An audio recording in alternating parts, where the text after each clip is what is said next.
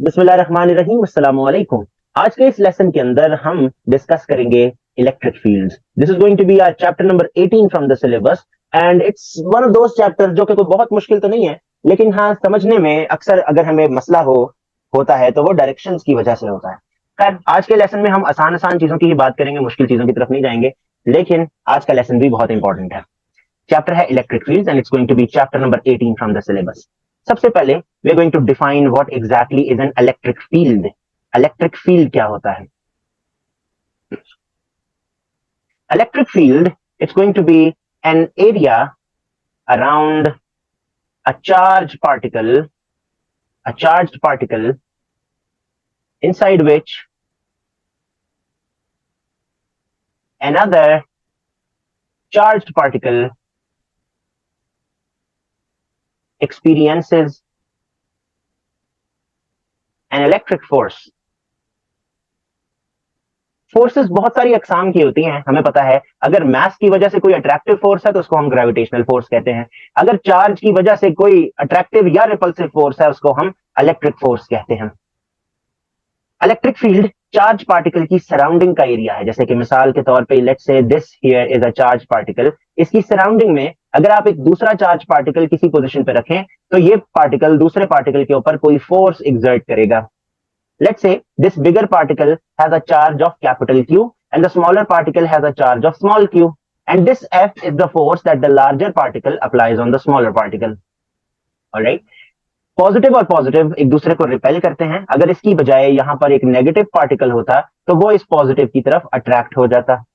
Right? ये बात बड़ी फंडामेंटल है और हमने ओ लेवल में भी ये बात पढ़ी हुई है कि इलेक्ट्रिक फोर्स दो तरह की होती हैं, अट्रैक्टिव भी हो सकती हैं और रिपल्सिव भी हो सकती हैं। इलेक्ट्रिक फील्ड के बारे में एक बात और यहां मेरे जहन में आ रही है, या इलेक्ट्रिक फोर्स के बारे में एक बात मेरे जहन में आ रही है, that it is a field force.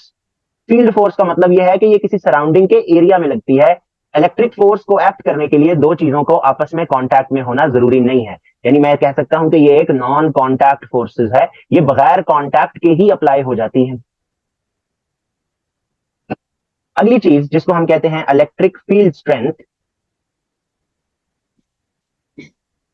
ये इस चैप्टर की वो पहली चीज है कि जिसकी डेफिनेशन हमसे पूछी जाती है एक नंबर के लिए। तो हम लिखेंगे electric force acting per unit charge.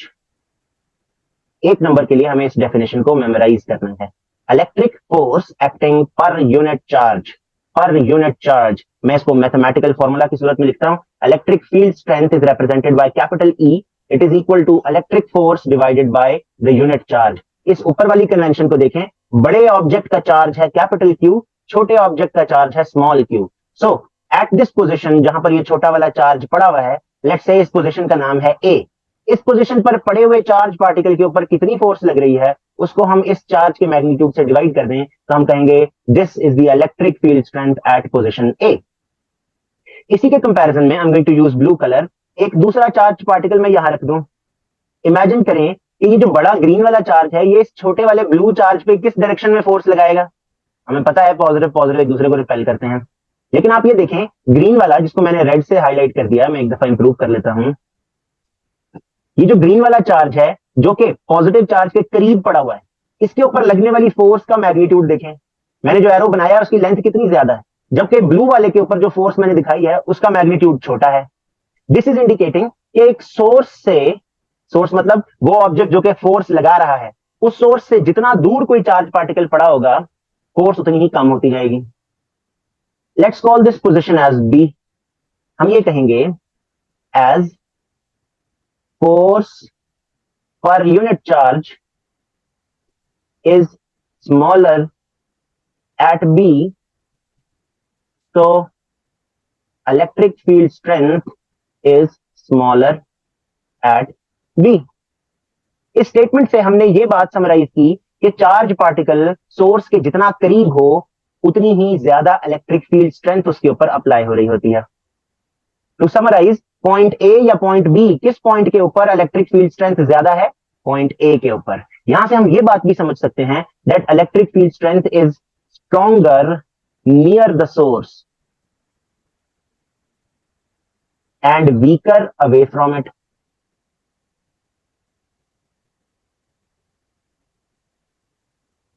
ये छोटा चार्ज पार्टिकल कहलाता है टेस्ट चार्ज। टेस्ट चार्ज की क्या सिग्निफिकेंस है अभी थोड़ी देर में मैं आपको बताता हूं, लेकिन ये टेस्ट चार्ज सोर्स वाले चार्ज के जितना करीब मौजूद होगा उतनी ही ज्यादा फोर्स इस पर लग रही होगी एंड हेंस उतनी ही ज्यादा इलेक्ट्रिक फील्ड स्ट्रेंथ इसके ऊपर अप्लाई होगी।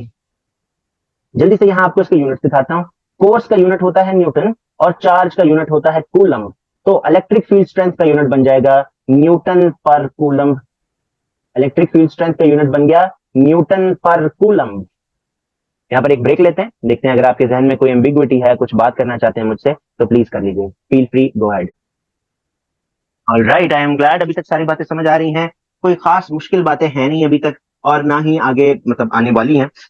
बस ये जो फॉर्मूला यहां लिखा है मैंने, electric field strength equals to electric force divided by charge, इस फॉर्मूला को अक्सर रीअरेंज करके जी ऐसे भी लिखा जाता है, इसलिए घबराना नहीं है। F equals to Q E के ऊपर भी मैंने एक एरो बनाया है, F के ऊपर भी एक एरो बनाया है। ये एरो इंडिकेट कर रहा है कि ये F और E दोनों ही वेक्टर क्वांटिटीज हैं, यानी कि electric field strength is also a vector quantity. That means अगर कोई इलेक्ट्रिक फील्ड स्ट्रेंथ राइट की तरफ पॉइंट कर रही है उसे पॉजिटिव लिया जाएगा, कोई इलेक्ट्रिक फील्ड स्ट्रेंथ अगर लेफ्ट की तरफ पॉइंट कर रही है उसको नेगेटिव लिया जाना चाहिए। ये डायरेक्शंस इंपॉर्टेंट है, इस पूरे चैप्टर में ना ये डायरेक्शंस ही आपको कंफ्यूज करेंगी। अभी जब ग्राफ्स की तरफ हम आएंगे ना तो आप देखेंगे कि ये बातें कितनी इंपॉर्टेंट और कितनी मुश्किल होती जाएंगी। अगर आप ये बात ध्यान में रखें कि राइट वाली डायरेक्शन को पॉजिटिव और लेफ्ट वाली को नेगेटिव लिया जाएगा तो फिर आपके लिए मसला कोई नहीं है। अब चूंकि वेक्टर क्वांटिटीज को हम एरोज से रिप्रेजेंट करते हैं इसलिए electric field strength is also represented by arrows.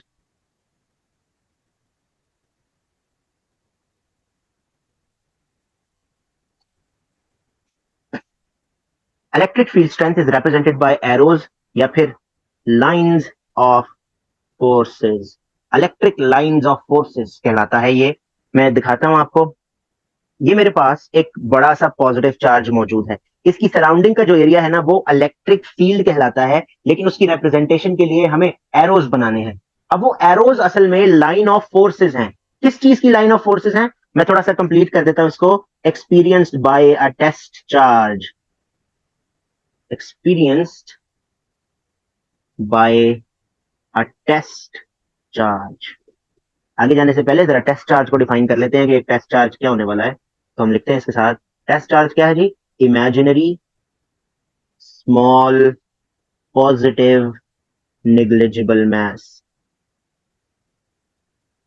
Test charge एक ऐसा इमेजिन्ड ऑब्जेक्ट है, दैट मींस रियल लाइफ में ऐसा कोई ऑब्जेक्ट नहीं है, लेकिन हमने थियोरेटिकली इसको इमेजिन किया कि कितना छोटा पार्ट है किसी चीज का, उसके ऊपर पॉजिटिव चार्ज है और उसका अपना जो मास है वो नेग्लिजिबल है। Okay, it's a very small piece of a positively charged object which has a negligible size and negligible mass. Okay, और इसका फायदा क्या है, इस टेस्ट चार्ज का कॉन्सेप्ट इमेजिन करने से हमें क्या फायदा होता है? It helps us to draw electric field lines. ये हमने ओ लेवल के चैप्टर नंबर 17 में गालिबन इस चीज का तस्करा किया हुआ है। इस पॉजिटिव चार्ज की सराउंडिंग में इलेक्ट्रिक फील्ड लाइंस बनाने के लिए आप इमेजिन करें कि एक छोटा सा टेस्ट चार्ज इसके पास मौजूद है। ये छोटा सा टेस्ट चार्ज इस डायरेक्शन में फोर्स को एक्सपीरियंस करेगा। इसी तरह अगर ये टेस्ट चार्ज मैंने यहां रखा होता तो वो इस डायरेक्शन में फोर्स को एक्सपीरियंस करेगा, अगर यहां रखा होता तो इस डायरेक्शन में फोर्स को एक्सपीरियंस करता। तो ये जो पर्पल एरोज यहां पे बना रहा हूं, ये पर्पल एरोज इस बात की इंडिकेशन है कि एक छोटे टेस्ट चार्ज पर किस डायरेक्शन में फोर्स लगेगी, hence the phrase line of forces, यानी कि ऐसी लाइंस जो कि एक्सपीरियंस होने वाली फोर्स को रिप्रेजेंट करते हैं उसको हम लाइन ऑफ फोर्सेस कहते हैं, और यही line of forces electric field lines को इंडिकेट करती हैं।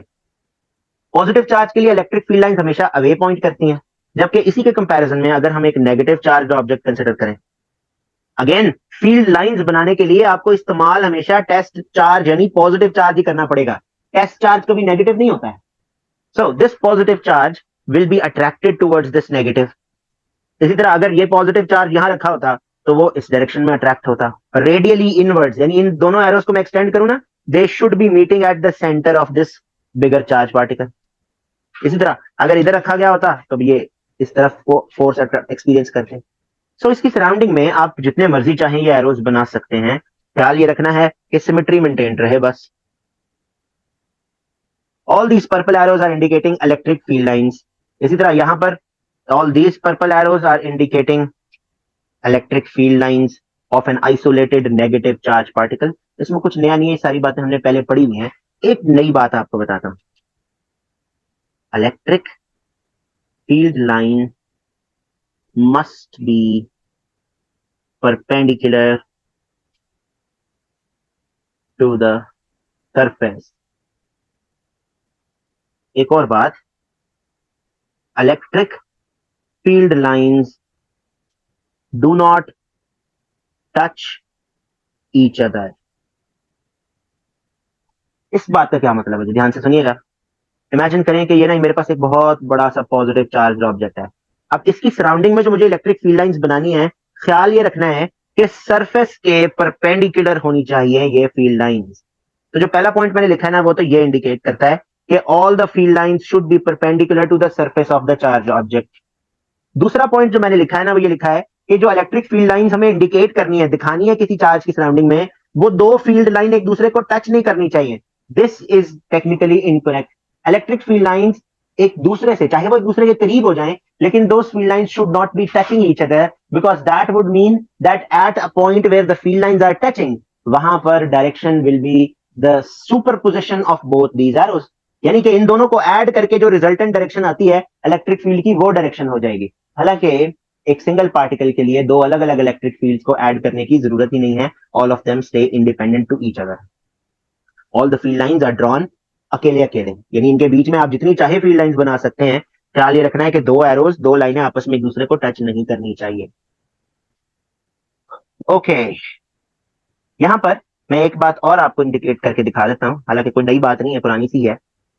अगर हमारे पास दो पैरेलल प्लेट्स मौजूद हों, एक पर पॉजिटिव चार्ज हो और दूसरे पर नेगेटिव चार्ज हो, in such a situation the electric field lines will be pointing away from positive towards the negative. If the charge is uniformly distributed,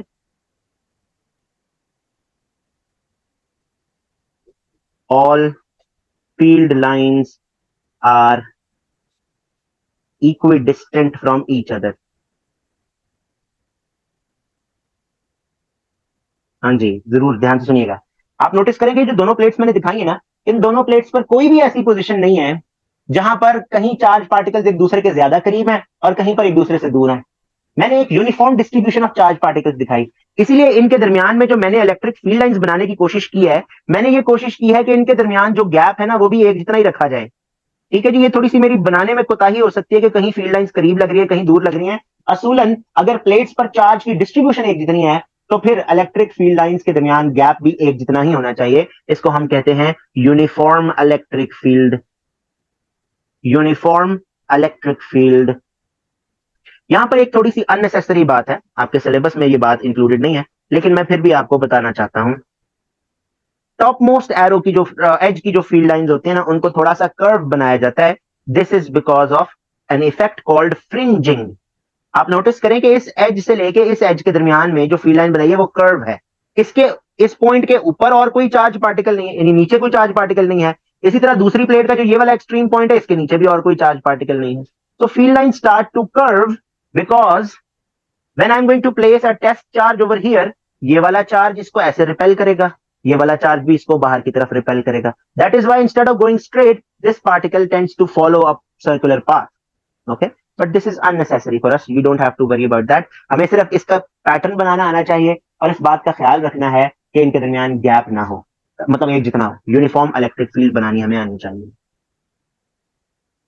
यहां पर एक फॉर्मूला आपको बता रहा हूं, ये फॉर्मूला हमारे सिलेबस में एज इट इज मौजूद है। Electric field strength is equal to delta V by d, और साथ एक नेगेटिव साइन है। ये जो ई यहां पर है, ये है इलेक्ट्रिक फील्ड स्ट्रेंथ। ये डेल्टा वी पोटेंशियल डिफरेंस है। पोटेंशियल डिफरेंस कहां से आ गया, ये बात मैं अभी आपको दिखाता हूं। तो यूनिट है वोल्ट्स। ये डी क्या है, ये है गैप बिटवीन द प्लेट्स, इसका यूनिट है मीटर। यानी यहां से लेके यहां तक का जो गैप है, ये है डी। अब ये पोटेंशियल डिफरेंस वी कैसे क्रिएट हो गया, यहां पर देखिएगा। इन प्लेट्स के ऊपर चार्ज डेवलप करने के लिए हमने क्या किया था, हमने इन प्लेट्स को एक बैटरी के साथ अटैच कर दिया था। ये बैटरी का पॉजिटिव टर्मिनल था, ये बैटरी का नेगेटिव टर्मिनल था. So this positive and negative when attached with these two green metal plates, this causes the charge to be distributed. एक प्लेट पर पॉजिटिव, दूसरी पर negative. So positive plate is said to be called the higher potential. Higher potential.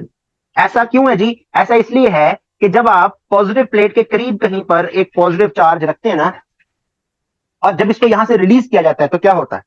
तो ये होता है कि इस पॉइंट पर इसके पास सबसे ज्यादा इलेक्ट्रिक पोटेंशियल एनर्जी होती है. जैसे जैसे ये यहां से मूव करता करता नेगेटिव प्लेट तक पहुंचता है, नेगेटिव प्लेट पर जाकर ये ऑटोमेटिकली रुक जाता है. वो इसलिए क्योंकि नेगेटिव प्लेट के ऊपर एक लोअर पोटेंशियल होता है, क्योंकि पॉजिटिव प्लेट के करीब इसके पास हायर इलेक्ट्रिक पोटेंशियल एनर्जी है. जैसे जैसे ये मूव करता है नेगेटिव प्लेट तक पहुंचेगा, इसकी electric potential energy other forms में कन्वर्ट हो जाएगी. कोई काइनेटिक में हो सकती है, कोई हीट में हो सकती है, एंड सो ऑन. इस फॉर्मूला में ये जो नेगेटिव साइन मैंने यहां पर लिखा है, ये यूजुअली इग्नोर ही कर दिया जाता है. लेकिन इस नेगेटिव साइन की क्या इंपॉर्टेंस है?